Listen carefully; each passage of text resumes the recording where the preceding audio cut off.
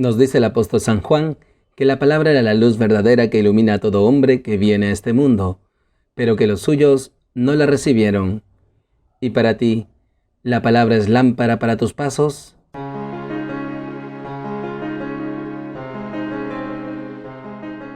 Bienvenidos, queridos hermanos, soy el Padre Ángel Gabriel y nuevamente nos encontramos aquí en Lámpara para mis pasos, un espacio para alimentarnos de la palabra de Dios, para instruirnos en el Evangelio de Jesús. Hoy, fiesta de la dedicación de la Basílica de San Juan de Letrán, el Evangelio nos enseña sobre el templo de su cuerpo. Tomado del Evangelio según San Juan. Se acercaba la Pascua de los judíos, y Jesús subió a Jerusalén, y encontró en el templo a los vendedores de bueyes, ovejas y palomas, y a los cambistas sentados. Y haciendo un azote de cordeles, los echó a todos del templo, ovejas y bueyes. Y a los cambistas les esparció las monedas, y les volcó las mesas. Y a los que vendían palomas les dijo: «Quiten esto de aquí, no conviertan en un mercado la casa de mi Padre». Sus discípulos se acordaron de lo que está escrito: «El celo de tu casa me devora». Entonces intervinieron los judíos y le preguntaron: «¿Qué signos nos muestras para obrar así?». Jesús contestó: «Destruyan este templo, y en 3 días lo levantaré». Los judíos replicaron: «46 años ha costado construir este templo, ¿y tú lo vas a levantar en 3 días? Pero él hablaba del templo de su cuerpo, y cuando resucitó de entre los muertos, los discípulos se acordaron de que lo había dicho, y dieron fe a la Escritura y a la palabra que había dicho Jesús. Palabra del Señor. Gloria a ti, Señor Jesús. Queridos hermanos, hoy estamos celebrando esta fiesta de la dedicación de la Basílica de San Juan de Letrán. ¿Y por qué esta fiesta es muy importante? Porque esta basílica es la catedral del Santo Padre, del Papa, del Obispo de Roma. Y por esto esta catedral es la madre de todas las iglesias. Pues el Papa tiene esta misión de confirmarnos en la fe. Y por eso celebramos su cátedra, para estar en esa unidad eclesial. Y por eso hoy en el Evangelio también Jesús nos revela sobre la importancia del templo, pero sobre todo del templo de Cristo, el templo de su cuerpo.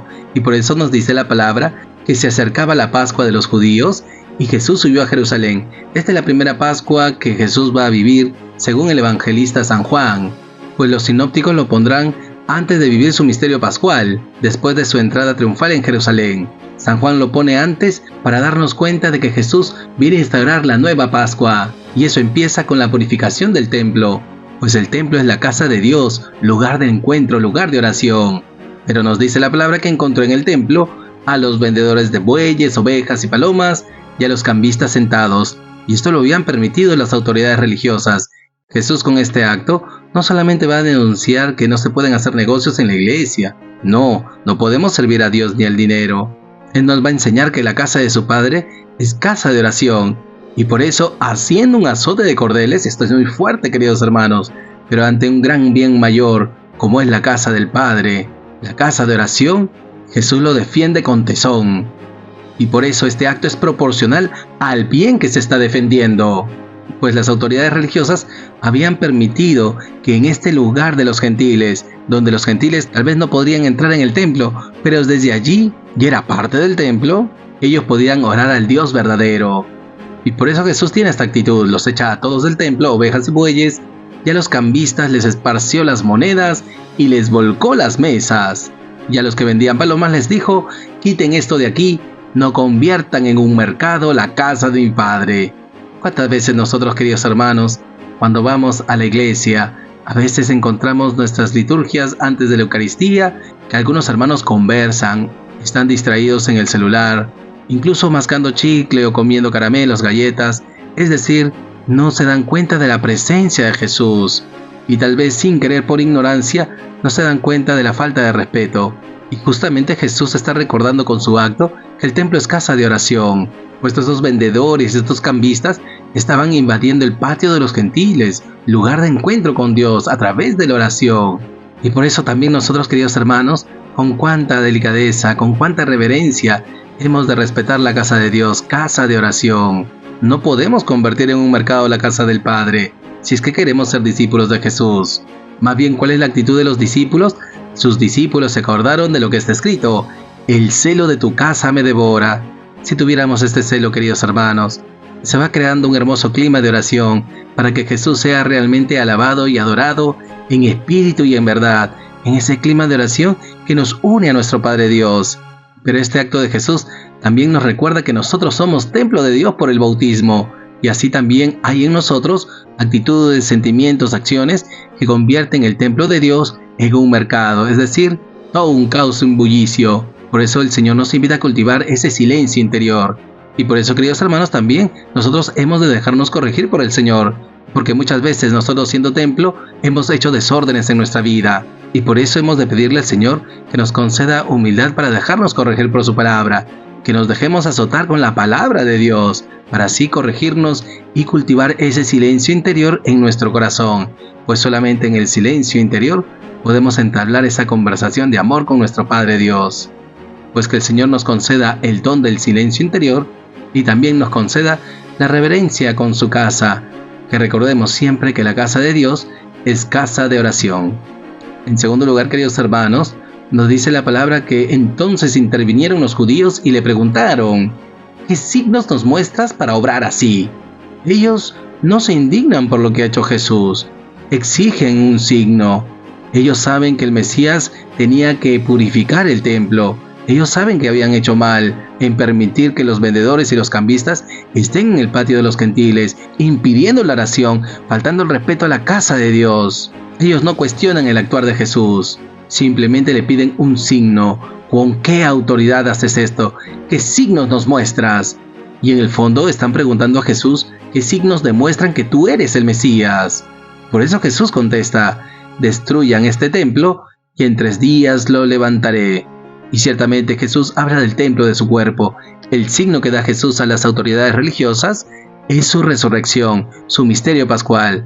Jesús volverá a Jerusalén 2 años más, según el Evangelio de San Juan, para que en esa tercera Pascua Jesús realice su misterio pascual y lleve a plenitud la Pascua judía, entablando con nosotros esa alianza nueva y eterna. Y por eso nosotros, queridos hermanos, estamos llamados también a creer en Jesús. Él es el Mesías, el Hijo del Dios bendito, y el signo que Él nos da es su resurrección. Él ha pasado por su misterio pascual para darnos vida y vida en abundancia. Con esta profecía sobre el templo de su cuerpo, también nos promete a nosotros la resurrección futura. Por eso, queridos hermanos, caminemos en esperanza. Toda obra que hagamos en esta tierra, que sea con esa esperanza de la resurrección.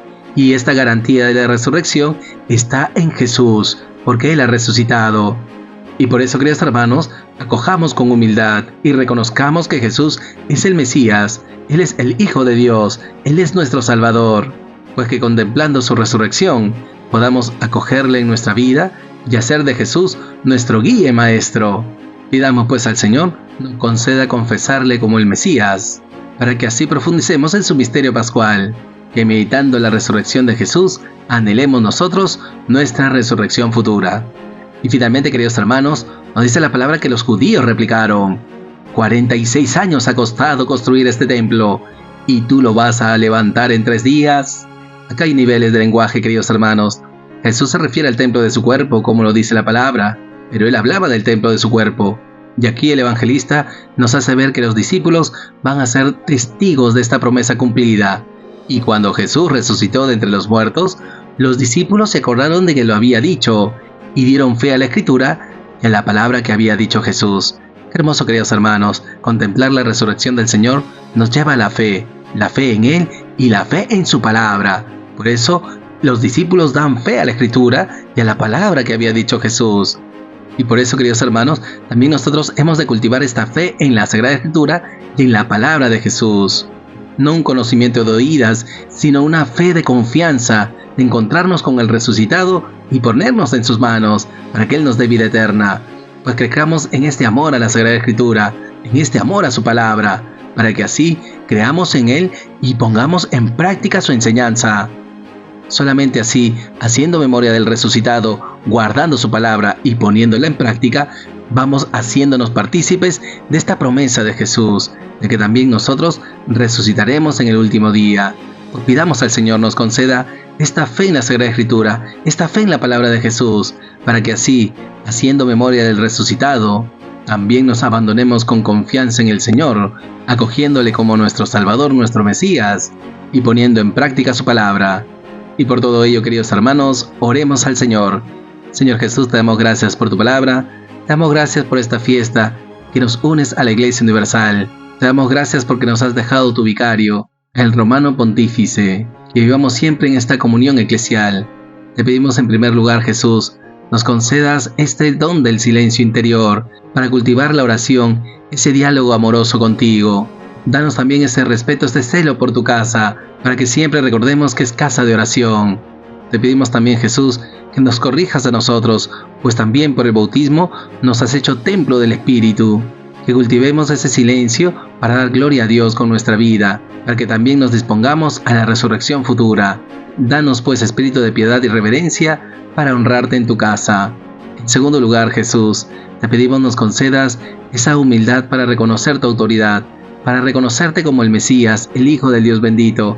Concédenos, Señor, contemplar tu resurrección, para que así también nosotros caminemos en esa esperanza de la resurrección.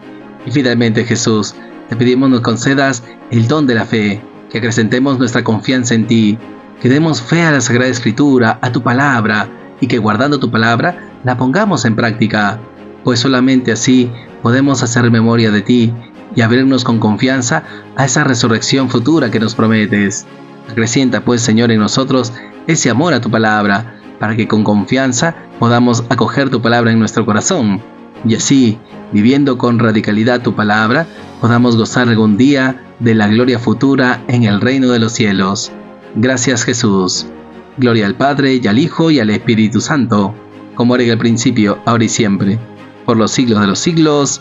Amén.